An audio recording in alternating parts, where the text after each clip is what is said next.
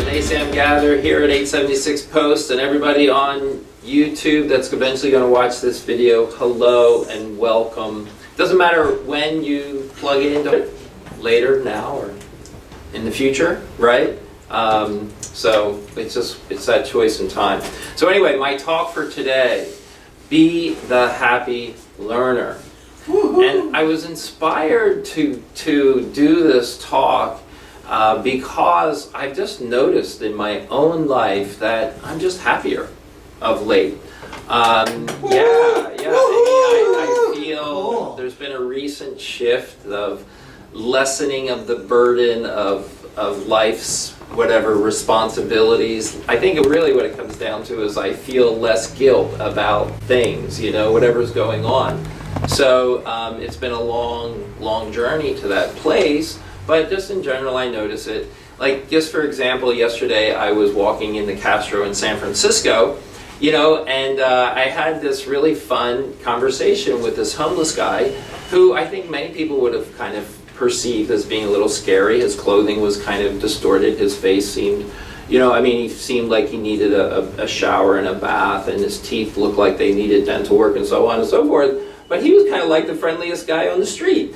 And we just he looked at had my Philadelphia Phillies hoodie on, because my other hoodie I had lost somewhere, or I left it at work. And he noticed that, and he was like, "Hey, Philadelphia Phillies, isn't that where the Liberty Bell is?" And I'm like, "Yeah, that's where the Liberty Bell is." And we had a little conversation about the sports teams and so on and so forth. And even when I walked away, he came back and he made a joke about the Liberty Bell, which was funny. It's just being open to those things that I think as students of Course in Miracles we are, and all these things kind of happen.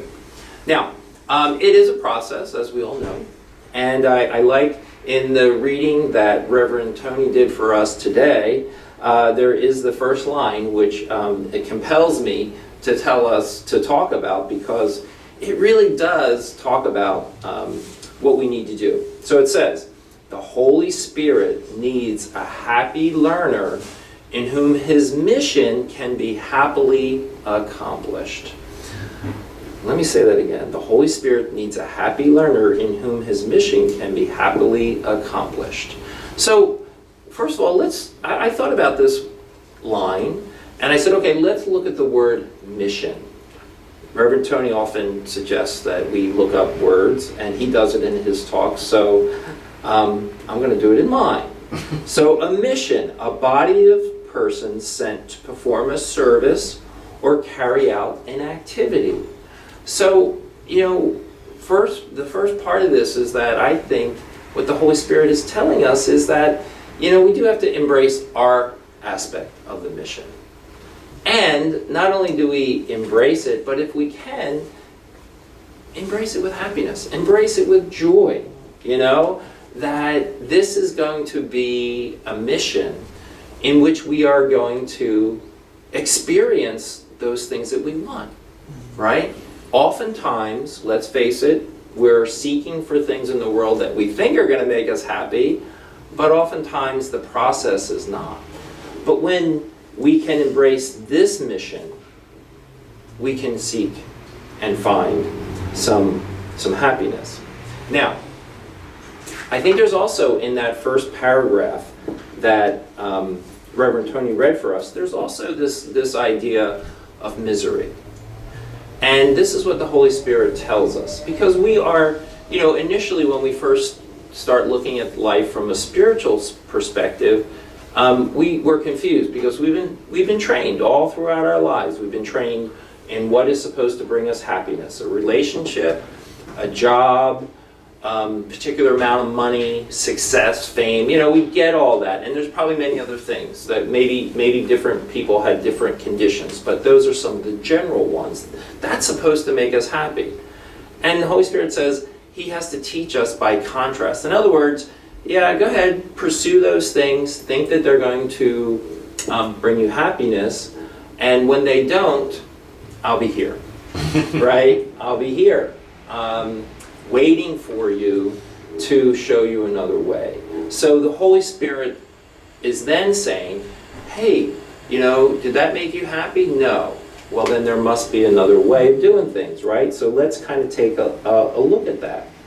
And then further down in the reading, the Holy Spirit, and it was actually interesting, I didn't align this, but it was also in our lesson for today, if you the same concept, if you listen.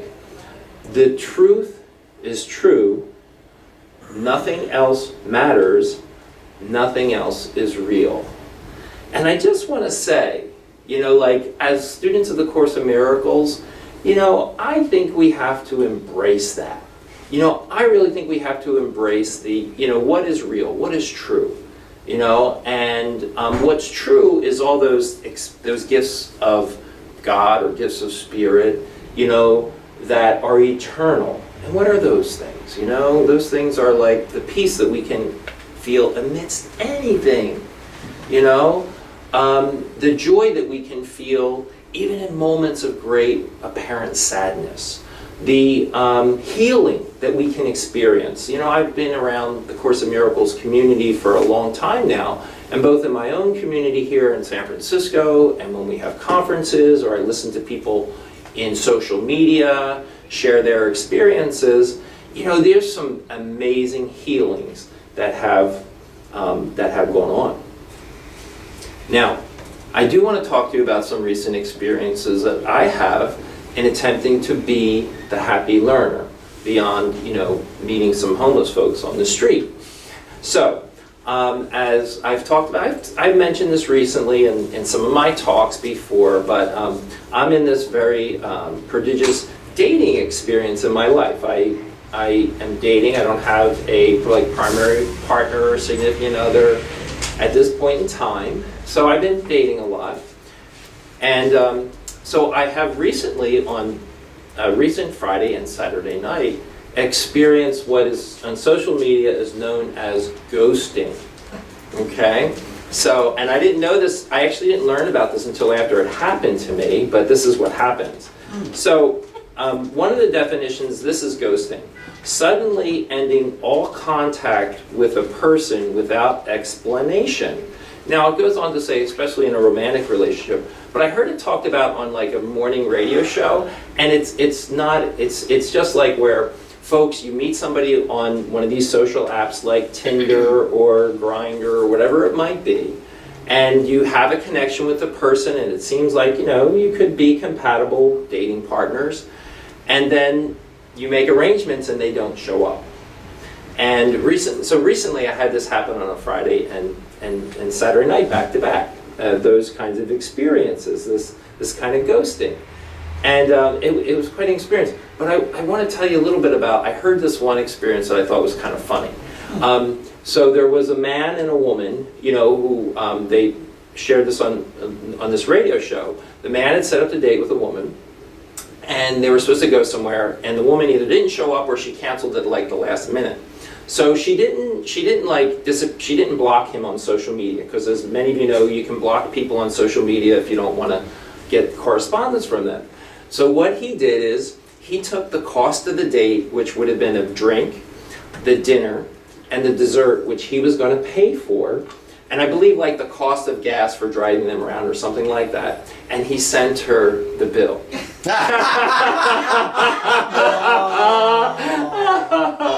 Okay, and so they were debating on the radio what she should have done, and if he did was right, and blah blah blah blah blah and all the rest. But hey, be the happy learner, right? I mean, it's kind of just a funny response to a situation that we kind of see it.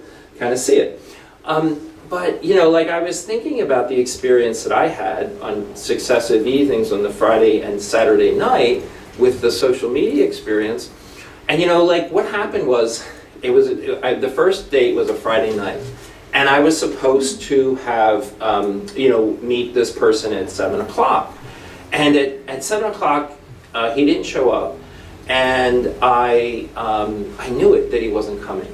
And then I checked my my social media app, and in fact he had blocked me, like he disappeared from my list of message people, and so I got it right away. And the nice thing was I didn't have to wait around. Like I knew, and there was this little weird communication we had right before about an hour or so before, but I didn't think it was a big deal. Anyway, it happened. Now, I did have some feelings about it at the moment. I did feel kind of mad, and I felt kind of sad and a little rejection, all that. But I noticed that what I did right away is, I have this kind of forgiveness process that I've used. Some of you have heard me talk about it, and I kind of went right into my forgiveness process. It's kind of like what it says here. One of the steps that I have is, okay, stop thinking with the ego.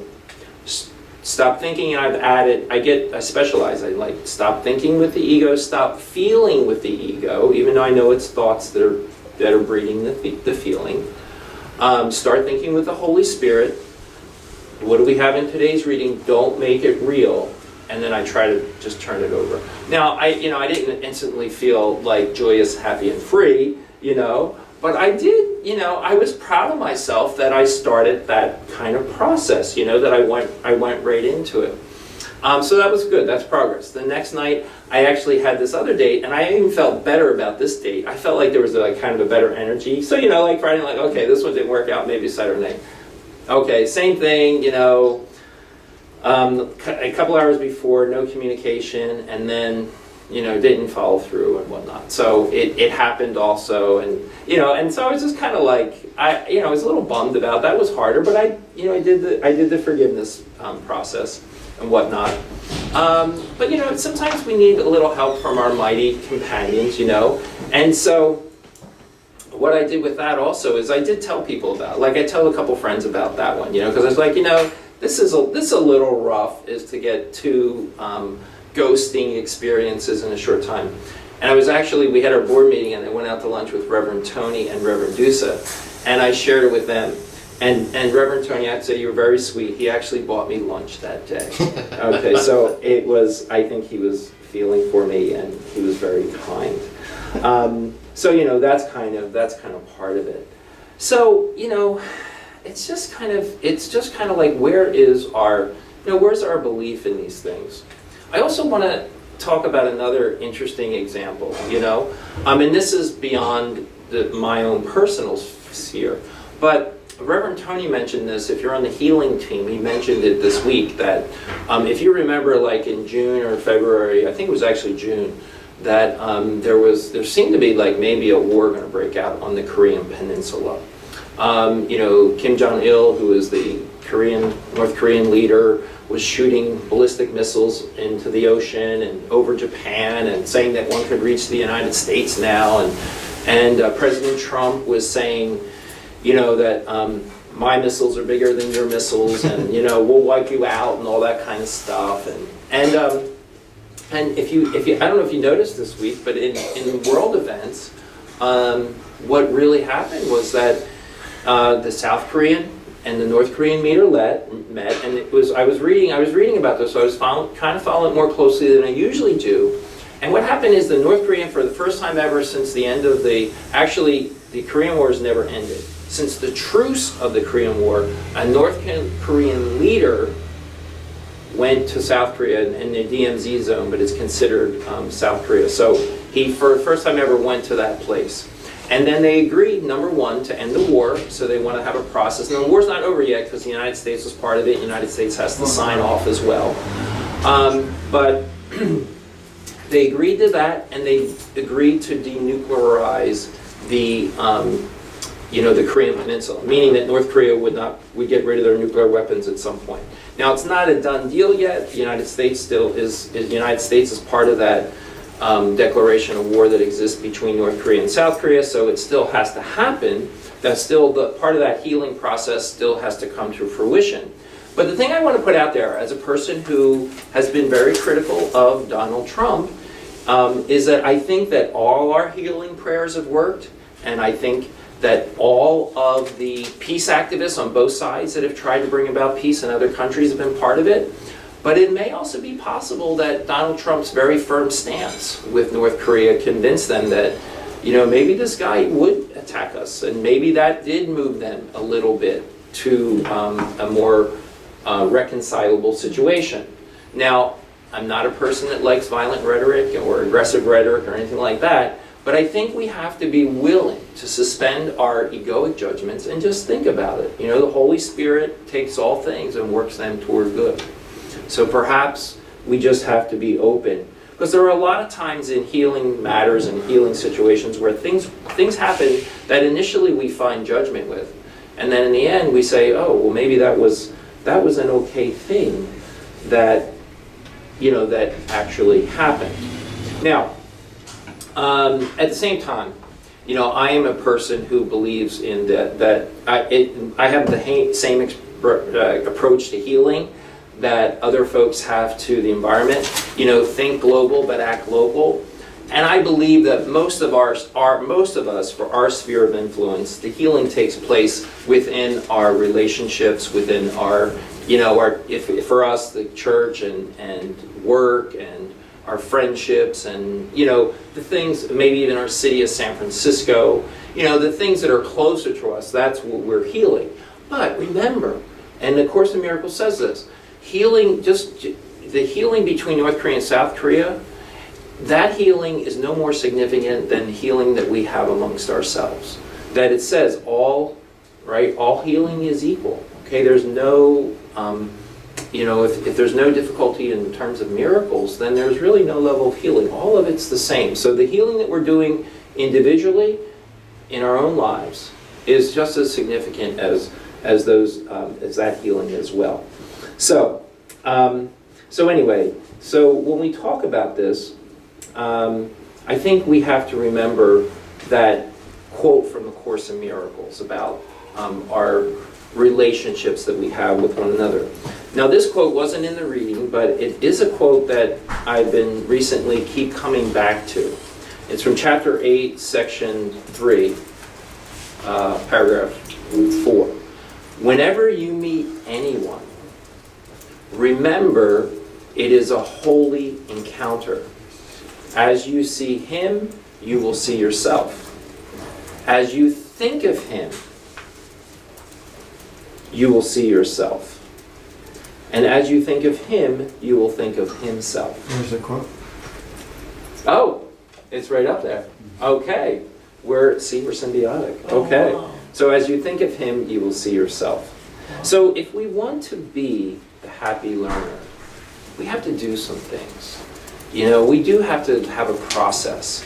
And so what I want to encourage you is this, is first of all, I think, how do you start? I think the important thing, and the Course even says this, how do you start your day? What do you start your day with?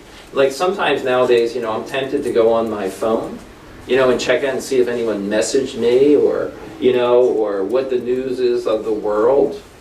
But, you know, my experience has been the sooner that I kind of log on to Holy Spirit and ask Jesus, I have the process where I say, you know, just Holy Spirit, Jesus, even if I'm in the shower, come into my mind, help me be present, right-minded. You know, I just do that process. And of course, along with the lesson, some of us do the healing team, so we're doing the lesson. But I think it's important for us to log on to Holy Spirit early on in the day. I find for myself that even if I wake up grumpy, that really, really helps for us to do that. So the first part of it is kind of accepting that. And the other thing is, I really encourage you to think of your life from a metaphorical standpoint. And this is what I mean by that. So for me, the way I'm a teacher, so I think of the world as the classroom. And it says in the Course in Miracles, here's a quote about classrooms. Learning itself, like the classrooms in which it occurs, is temporary. Okay, it's temporary because essentially eventually we're going to be in our truth, in our reality. But for me, it's really helpful that my classroom now is actually the classroom of my life. And I'm here to undo all the learning that I've gotten from the ego up until this point in time. And that's what my learning is. So I really encourage you, now what's your metaphor? You know, what is your metaphor? Because I know I know some of you, and I've talked to other course students. People have different ways of holding their experience in this world. But to me, rather than go out and in the world and say, oh, you know, I have to get this done today, and I have to, you know, beat this person, or I have to achieve this goal, blah, blah, blah. And we may have to do a lot of those things, resolve problems, and so on and so forth. But to me, it's more important to have that context. And my context is the world is my classroom. The Holy Spirit is teaching me to forgive. I think we also have to believe. We have to believe in the miracle. We have to believe in forgiveness. We have to let go of our faith in specialness. We have to also be willing not to make it real. To understand that when we get ghosted on social media, or we lose a job, or a relationship is having trouble, don't make it real. There's another reality which forgiveness can help us access. And then the last thing I would say is, well, the two last things I would say is sometimes we need our mighty companions. Sometimes we need someone to buy us lunch. You know? Sometimes we need someone just to listen. And the last thing is, don't forget to ask for the miracle. It's there for the waiting. And that's my talk for today. Yes.